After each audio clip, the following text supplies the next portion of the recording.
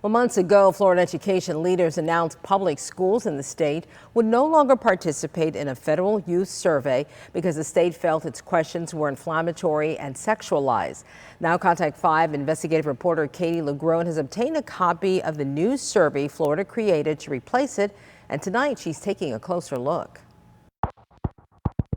Guns, gender identity, drugs, sex. These are among the hot-button politically charged topics in Florida you largely won't see on the state's new voluntary health survey for teens. Instead, they asked questions that had to do with character and had to do with decision making. Christy DiVagelli is a Lee County parent and parents' rights advocate. I didn't see my name, Christy DiVagelli. She's also among 14 people chosen to be part of a state work group created to help develop Florida's new youth survey. I'm not really that sure if I want you guys asking my kid questions about anything that has to do with sexual health.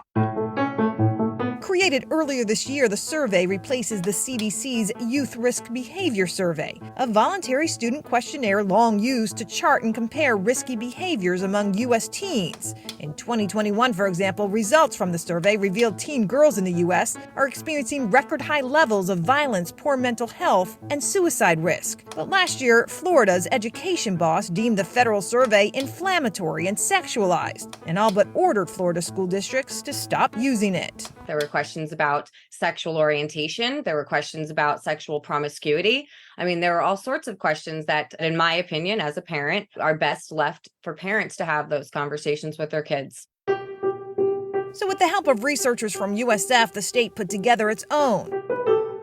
We obtained a copy. In it, 23 topics, 223 questions. Nearly 3/4 of them focused on the state's new resiliency standards, which is part of required instruction in Florida. Empathy, perseverance, grit, gratitude, even citizenship, just to name a few. But when it comes to the riskiest behavior among teens, Florida's survey doesn't go very far. Just 3 questions address sexual behavior and focus on abstinence, while no questions touch on hard drug use, sexual violence, or campus violence. Compare that to the CDC's 87-question survey, where more than half of questions focus on teen drug use, sex, and other potentially violent behaviors. I don't know if it's surprising. It's definitely disappointing. Caitlin Klibben is with Disability Rights Florida and also part of the state survey work group. She tells us members had little input and didn't see the questions until shortly before the state distributed the survey to select high schools. It felt like many decisions were made by some other entity outside of the work group. In this letter to the Florida Department of Education, she raises her concerns,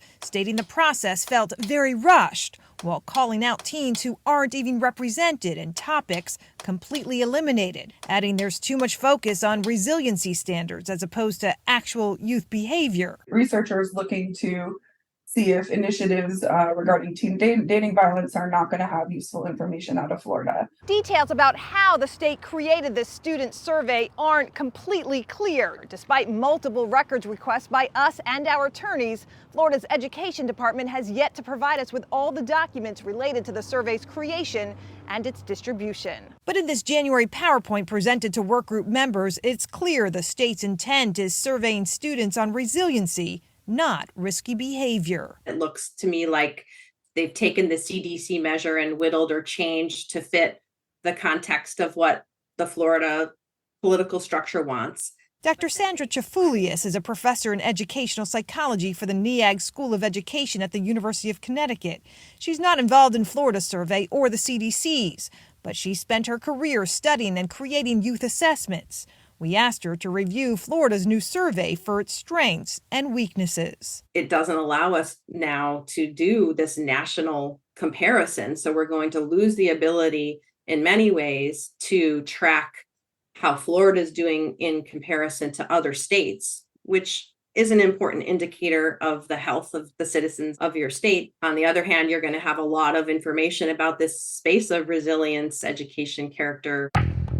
Traits that are no doubt important to how kids are developing, but some fear aren't enough to help those who may be struggling with something more. Asking whether a student knows about abstinence is different than asking whether they practice abstinence. It's less meaningful and less useful. This survey is voluntary. Parents can opt their kids out of taking it. We do know it has been distributed to select high schools in select districts, but the state has yet to tell us which ones. We do know, however, results are supposed to be published sometime this summer. I'm Katie LaGrone reporting.